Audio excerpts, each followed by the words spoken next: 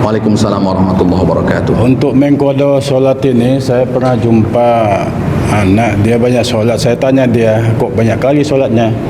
Dia katanya mengkodo solat untuk mengganti solat orang tuanya yang tinggal.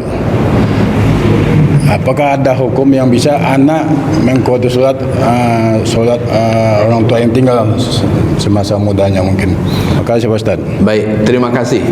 Ketika seseorang banyak sholat dan ditanya kenapa melakukan banyak sholat, saya mengganti sholat emak saya mengganti sholat ibu saya, apakah ini boleh?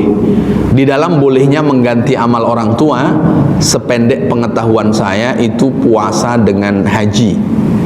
Maka haji, ketika orang tua belum melakukannya, lalu kemudian kita sudah melaksanakan ibadah haji, maka kita boleh menghajikan orang tua. Maka namanya badal, sebagai pengganti dari amal wajib yang tak bisa dilakukan oleh orang tua waktu hidup, tapi penggantinya harus melaksanakan dahulu. Kemudian yang kedua berkaitan dengan puasa. Man mata wa alaihi siyam, al-hadis bima makna. Orang yang meninggal sementara dia punya kewajiban berpuasa. Dia meninggal, dia punya kewajiban berpuasa.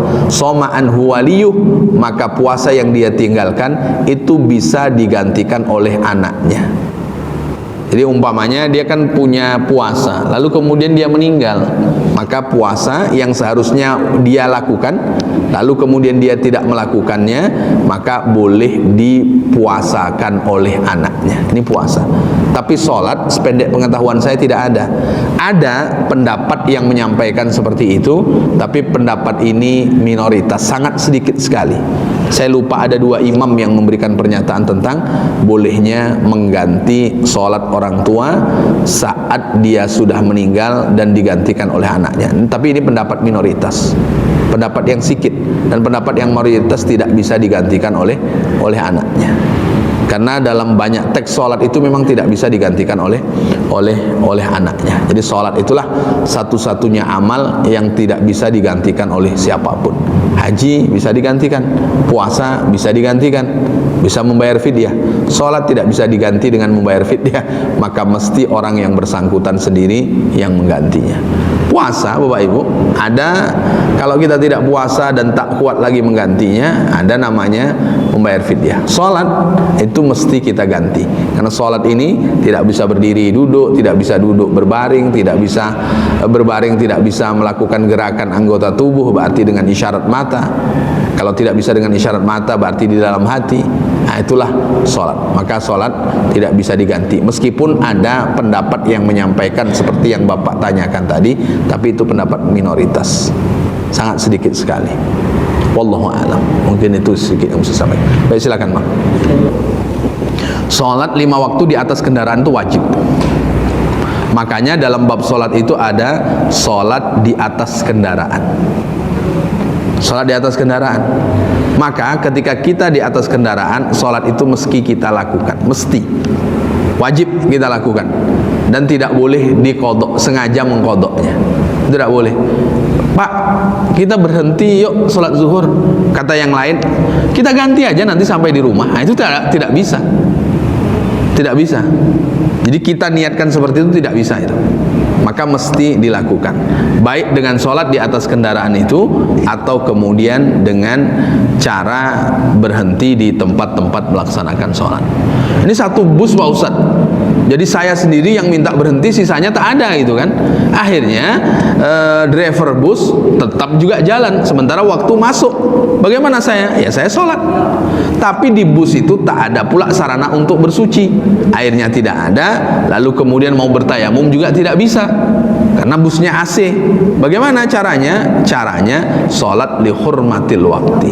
Kita tetap sholat menghormati masuknya waktu. Nanti sampai di rumah kita ulang setelah sarana prasarana bersucinya ada.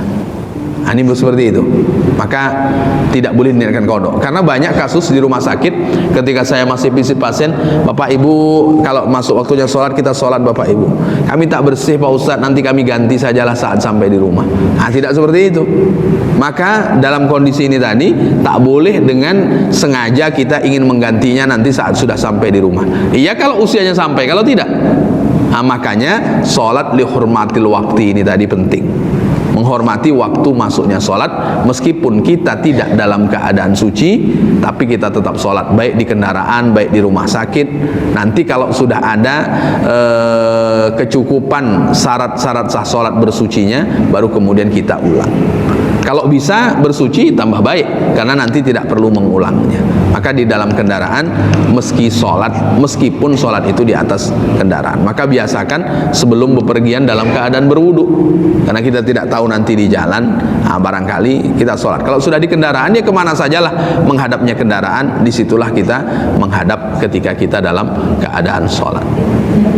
Saya ketika melakukan safari dakwah ke pedalaman-pedalaman, itu kan sulit untuk menentukan waktu, apalagi perjalanan laut. Ini kan tak bisa dengan kecepatan seperti kecepatan di darat gitu kan, hanya masuk waktu sholat.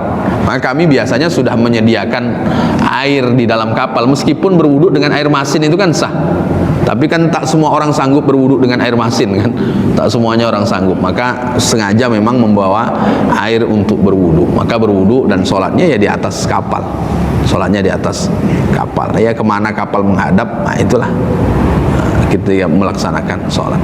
Masih memungkinkan kita cari arah kiblat, kita cari arah kiblat, sholat. Kalau tidak memungkinkan, ya kemana saja kapal itu menghadap. Wallahu a'lam. Mungkin itu Bang sedikit yang bisa saya jawab. Mungkin ada satu pertanyaan lagi jika ada. Baik, kalau tidak ada, barangkali itu yang bisa saya sampaikan, supaya kemudian kita tahu bahwa kita punya hutang kepada Allah. Jika ada, selesaikan sebelum kita menghadap Allah Subhanahu wa ta'ala sesuai dengan kemampuan kita. Dan hutang kita kepada Allah yang paling banyak itu sholat. Selain sholat mungkin masih banyak yang Allah Subhanahu wa ta'ala maafkan, tapi sholat ini meskilah kemudian kita bayar, karena sholat penentu amal-amal yang lainnya. Barangkali itu Bapak Ibu, tutur kata sekali lagi yang kurang berkenan saya mohon maaf. Sama-sama kita tutup dengan doa kafaratul majlis.